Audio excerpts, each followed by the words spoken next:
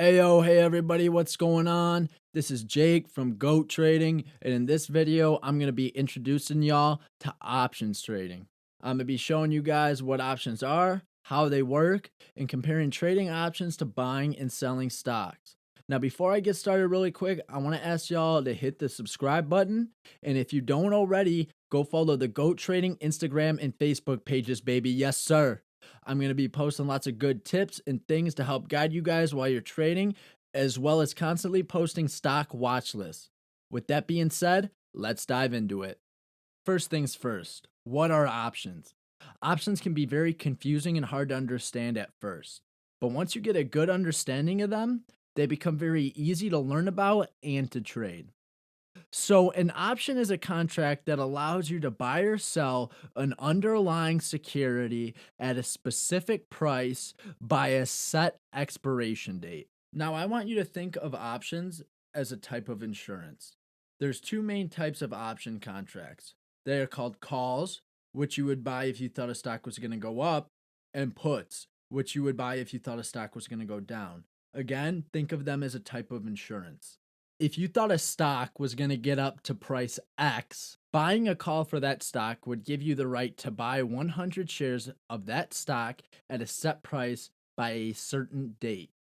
Now, as the stock goes up towards the set price, also known as the strike price, and even better if it goes over it, the value of your call option will rise. And at any time, you have the option to sell that contract and make a profit, or you can exercise that contract and buy 100 shares of that stock at the cost of the strike price.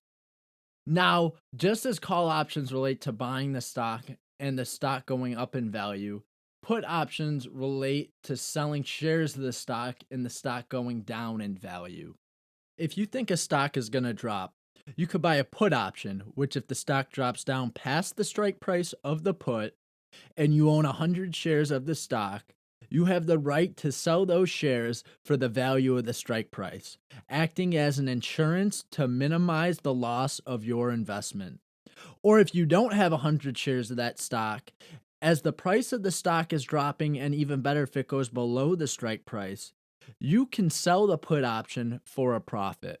For example, American Express here.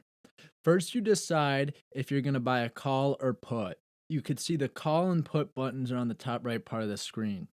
Then you decide on a strike price. The strike price is on the left side of the screen and is the price you are predicting the stock, or in this case, American Express, is going to go up or down to.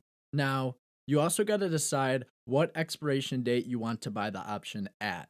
The farther out the expiration, the more expensive the option premium is, because the more time the stock has to go up or down and pass the strike price you chose. Once you've decided on all of that, you could see the cost of the option or premium is this number in green. Now, it shows $1.92 for the $95.50 call, but that number is always multiplied by 100. So really it's $192 to buy the August 21st $95.50 call for American Express. Now, the last thing I want to do is show you guys a few differences between trading options and buying and selling stocks.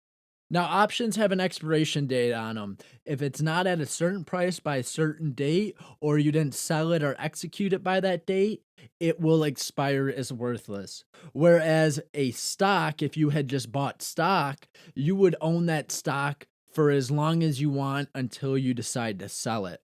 Another big thing is you can make money off of stock going up or down with options. Whereas with, just buying normal stock, you can only make money on it going up. If it goes down, you're going to lose money. But with options, it could go both ways. Yes, options are their own type of trading, and there are other factors that affect the option's value, like time decay and implied volatility, which we'll get into those things in later videos. But a big factor of the value of a stock's option is the price value of that stock. And there's a lot more than just these three differences between trading options and trading stocks. We'll get into a lot more detail with it later, but I just feel like these are three basic key differences that every young trader should know. All right, guys, with that being said, that's it for this video.